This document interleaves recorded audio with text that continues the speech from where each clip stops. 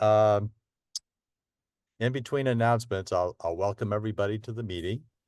And I apologize that we have a little competition, but your president is stuck in Korea at the moment and trying to get back without paying too much money, but he's got a plan B, so not to worry.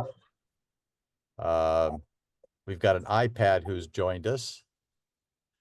Doesn't have a name. Nora. Oh, hi, Nora. You were down low. Anyway, Bob, I think I'm going to turn it over to you to Okay. be our speaker. I did have one announcement. Stand by. Can I please get AMC passenger Jared Chacon and Jared Duval at the PSC counter, please? Bob, I got an announcement about the Rotary Youth Exchange program is going to have a reunion August the 3rd in Reno. If anybody in our club knows of a Rotary Youth Exchange participant or was one, I can send them the information. So I just wanted to put that out. Again? Rotary Youth Exchange reunion, August the 3rd, Reno, free pizza. Free pizza. I always read the important part first. There you go. Free pizza. Okay. I'll take it away, Jim. Okay, there's the sharing. Let's move that to a slideshow. Let's go to the reading view. Okay, so let me do some maneuvering of you folks. Okay, the Rotary E-Club of District 51-9 history according to Bob. Let's see, we go there. Here's the agenda. We'll have the introduction, how we build the club, how we engage members, some Rotary age, final tips and takeaways. And just a reminder, this is how it all started according to me. This is my my 2 cents on this whole thing. We started out as a satellite club of the Rotary Club of Fallon. As a matter of fact, that's an appropriate picture because we called ourselves the Sputniks. And one of the members actually went online and found a whole bunch of Sputnik pins, and we made a collage that I believe the club still has for you know, the club that we had at that time. We couldn't quite get the satellite club off the ground, so we made an attempt at the E-Club. Along the way, we found that for the satellite club, we needed 8 members. Even though we could get 20 to 25 members of the Fallon club there, we could not get 8 original members to found the satellite club, and that was one of the requirements of the satellite club. The satellite clubs were an early attempt by RI to accommodate members who were challenged making the meetings. It was a good attempt. Like I said, we had 20 to 25 members there at any given time on a Tuesday night. So it was really nice. We had people there, but we just couldn't get to the right spot. The E-Club was actually put out by past District Governor Steve Lewis in 2010, 2011. And at the time, they weren't too popular. So today might be a little bit different, but it kind of remained a dark subject until 2016. We checked out the history of E-Clubs online. We checked out the E-Club 1, who was the first club. They had a lot of good pointers. We went from club to club, checking out what their challenges were. They were quite nice at posting what they were having as issues to make sure their members were involved in what was going on around the world. You got to remember the first E-Club was worldwide in the true sense of the word. One of the things you'll note is that they're the E-Club 1 and our name is spelled a little different. And we'll go into why that is here in a little bit. Engaging members. Gail assigned us a sponsor club, which was the Midtown Club, as they were also a new club to help guide our efforts. An E-Club doesn't actually need an additional club to do that, but in this case, it was a good idea to get, I think Mitch was our contact with that. Initially, we were researching everything, as we pointed out, what was good, what was bad, what they were using to fulfill their requirements for Rotary. We looked at the guidance from Rotary for starting an E-Club and how to get members and what we were looking for. With the help of Christina as our webmaster, we fulfilled the basic requirements of putting together an E-Club, which had a very large contingent of Fallon Rotarians. We couldn't get the 8 satellite members, but we could get the 6. So we started with like 6 members out of the Fallon Club that were strewn out around the country from what we had before. We utilized an email campaign from the district to contact past members. We had about, I want to say we had about 5 years of departing members that we had emailed from that we tried to contact. And we were actually able to get the 20 members eventually. There's a lot of aids from Rotary and starting anything and everything. An E-Club is one of them. And we utilized that immensely to get to where we needed to be. As you can see, starting an E-Club, new club, we needed an advisor, which basically was Mitch from the Midtown Club. Club sponsor, we didn't really need, but we did. We had the Midtown Club again, at least 20 charter members and Fleischland Club website. And what was really neat at the time, Club Runner was getting out there a little bit more prolifically and offering their site, where in the past you had to build your own website totally, which was kind of a challenge. We were up to the task, but boy, it sure was a lot easier using the Club Runner information to do that. We ended up being chartered on April 19th, 2016. You can see that they really weren't ready for E-Clubs. You can tell by the certificate that certifies that the Rotary E-Club of District 5190, Nevada, USA, is a new chartered member. You can see it was more for the Rotary Club of this, that, or the other thing. It was kind of interesting to do that. But our name, as chartered, is the Rotary E-Club with caps like that. And that carries through on all of our correspondence from that point, because that's the name of our chartered club. Where with E-Club 1, it was all lowercase. So that's a little history on that. So that if you look at some of the clubs and why their names are the way they are, that's how they were set up in their charters. The first year that we got going, we were at the district conference. This was our first table at the district conference. You can see where we had people all over the place. And as you know now, that branding is no longer viable. It does not meet Rotary standards, but we have a lot of what's there on our website still. That's been updated as we go.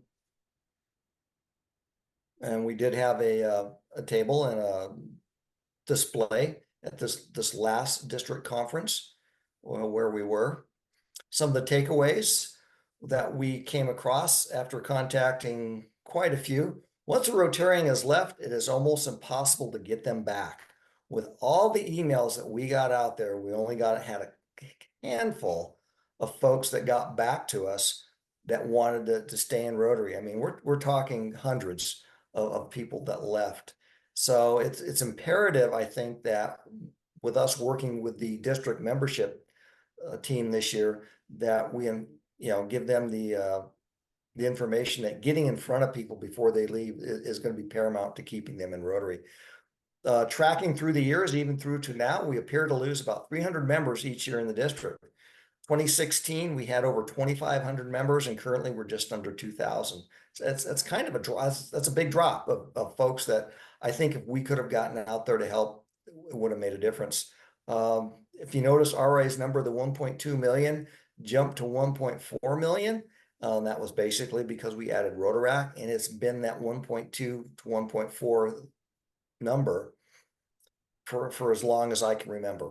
We're talking 25 plus years. I don't know if Jim's remembered what it was back in the 90s, but it really hasn't changed a whole lot, which kind of gives you the idea that whatever's going out is coming in at the top, but it would be nice to keep them from going out.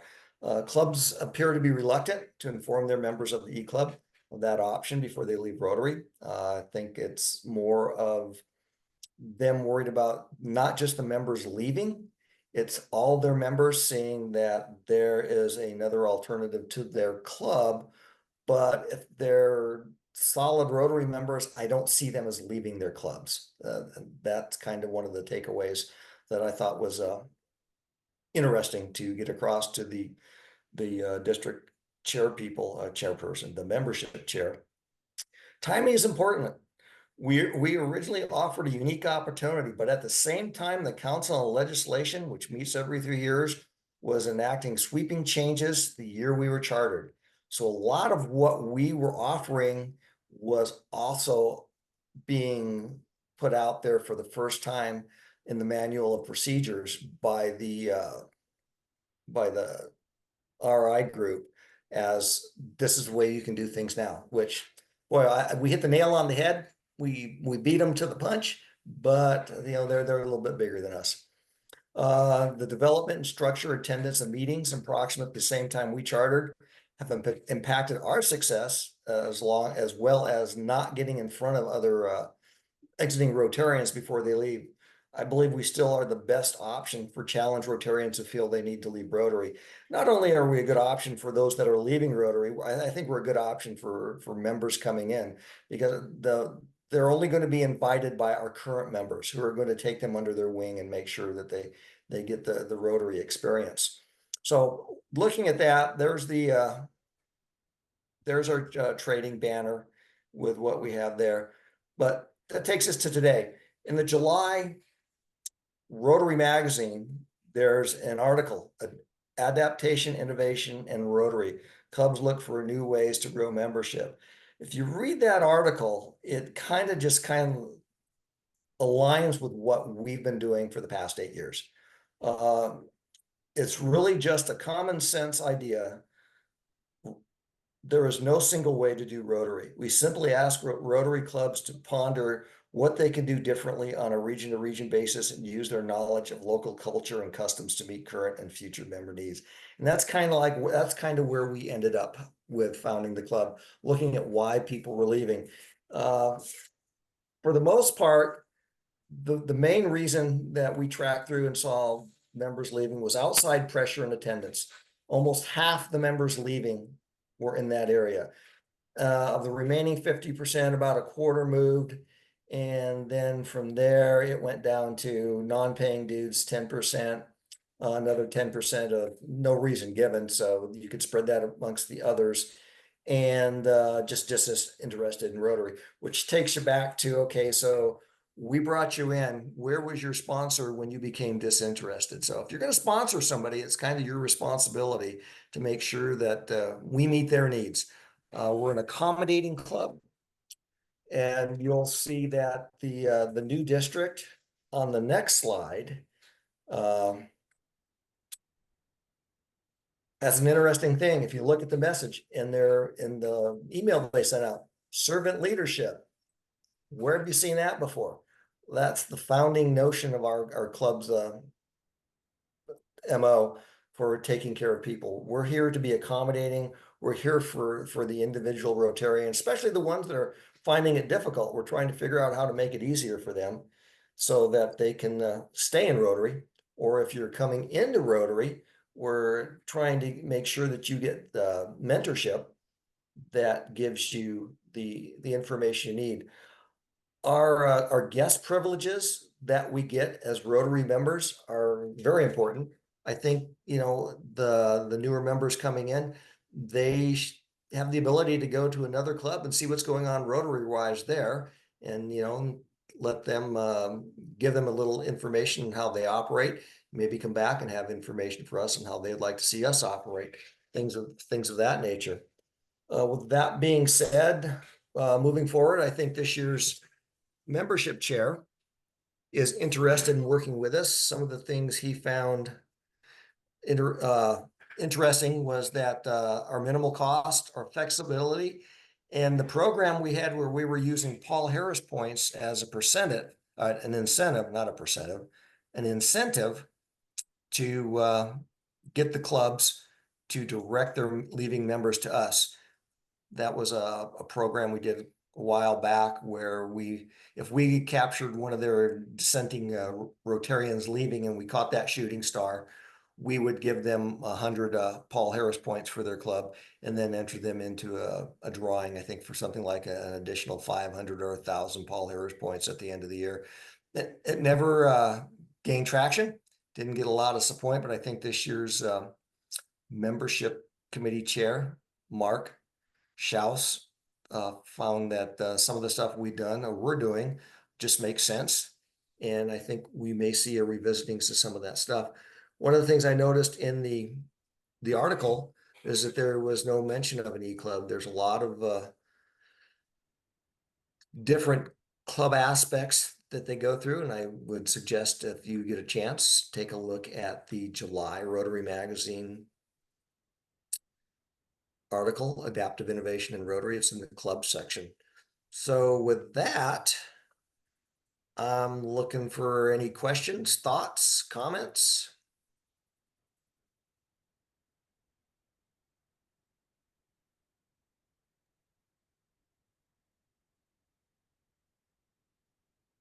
Mom, Dad, you out there?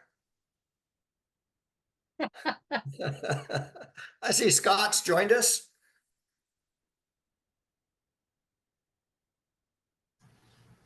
So Bob, the Paul Harris points didn't get off the ground, you said? No, we didn't. It was we did it as a shooting star initiative. Built everything around shooting stars, Rotarians leaving. You can put it back on. Okay. And making offers to the clubs that, you know what, if you give us a lead and we keep that Rotarian, we're going to give you Paul Harris points to your club for you to do whatever you want. We had a challenge at the time. John Sullivan was the district governor who was behind that. And we put together enough, we banked enough Paul Harris points between him, myself, and Mel Formaster that we could handle 10 to 20 new Rotarians coming into the club, but it never really took off. So it might be something that Mark can promote a little bit more this year, getting out in front of the clubs. So where did the points come from? From individuals, like I said, John, past District Governor John Sullivan, and Mel and myself, we have Paul Harris points from our levels of Paul Harris participation. So for every dollar you donate, you get a Paul Harris point. So you donated those or We had them planned to? available, yes. And it's a real simple transfer. I've done it before, transferred to some of our club members for some of the things they've done in the club and answering riddle questions for anybody else, things of that nature.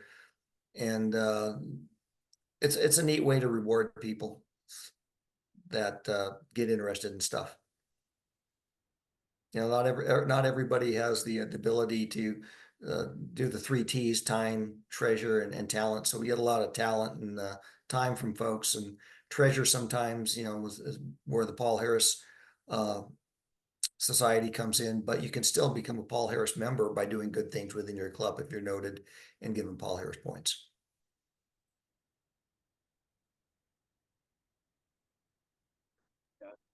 I'm actually out on a walk here, and we just had a call from our grandkids that made me a little late, but it's great to get the information about how this club started. You know, the way I ended up here was I medically was facing a cancer diagnosis, and there was no way I could continue being involved with my own club. You know, they were fine with it, but I'm the type, I didn't really want to just be a rhino, I guess, and so I found you guys and then signed up, and then have been terrible at figuring out the differences in time zones and making the meetings. Glad to have you. We'll get you squared away. And Sometimes, Scott, sometimes you I'll have me. I'll start putting in East Coast time just for you, okay? Just for me, that would be great, because for some reason I just always get it backwards, and I'm like, wait, what time is it there? We just got back from a humanitarian trip that we did in Guatemala, where we delivered water filters, installed a computer lab in the school we sponsor, and then What else did we do, honey? Did one other thing. Oh yeah, medical equipment for a new clinic started in the village, in a little village called Oratorio that's in a third world part of Guatemala. And so that was just an awesome trip of connecting, and the local Rotary, my old club, actually gave us a grant for providing the water filter. The water filters are a 5-year unit that they're built right there in Guatemala, manufactured right there.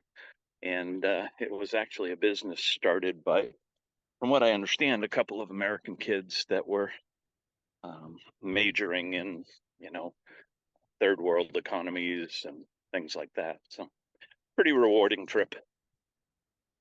Nice. Glad we could keep you in Rotary. Yeah, I wanted to definitely continue. I didn't want to lose where I was. I am a Paul Harris Fellow and that stuff. I didn't want to just have to step aside altogether. So this club has been a perfect way to stay engaged, at least through reading and watching some of the meetings, and feeling like, oh yeah, I can still say I'm a Rotarian. So That's super, Scott. Thank you. And think about this president calling you and asking you to be a speaker in the future. I'd like to get more information. love to.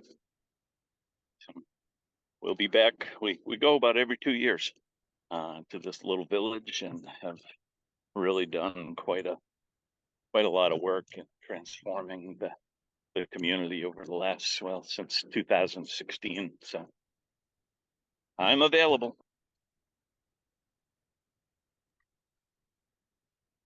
Excellent.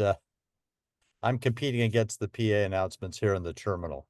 Bob, thank you very much for giving us the history and the advantages of belonging to an E-Club. I'm going to take the information and create a recruiting video and ask every president in the district to provide it to their members, and try to keep track and follow up on how many people use it. If I put it on YouTube, I can get the analytics on it. So thank you everybody for showing up. Our 4th Tuesday of the month, the topic this month is going to be, tell us about your best vacation that you've taken or that you plan to take. Because the goal this year for me is to build goodwill and better friendships. And hearing about people's life experiences is a valuable tool in building better friendships. Okay? Great. Well, with that, I think we're going to conclude today's meeting. Thank you, everybody, for attending in person or watching the video. And if you are watching the video, and would you send me an email just so we know how many people are watching? I really appreciate it, rather than taking a poll. Okay? Everybody Jim. have fun. Good And, luck on getting your flight home. Yeah. one way or the other, I'll be in the clouds later today. Okay? Thank you, everybody. Bye. Thank you. Bye now.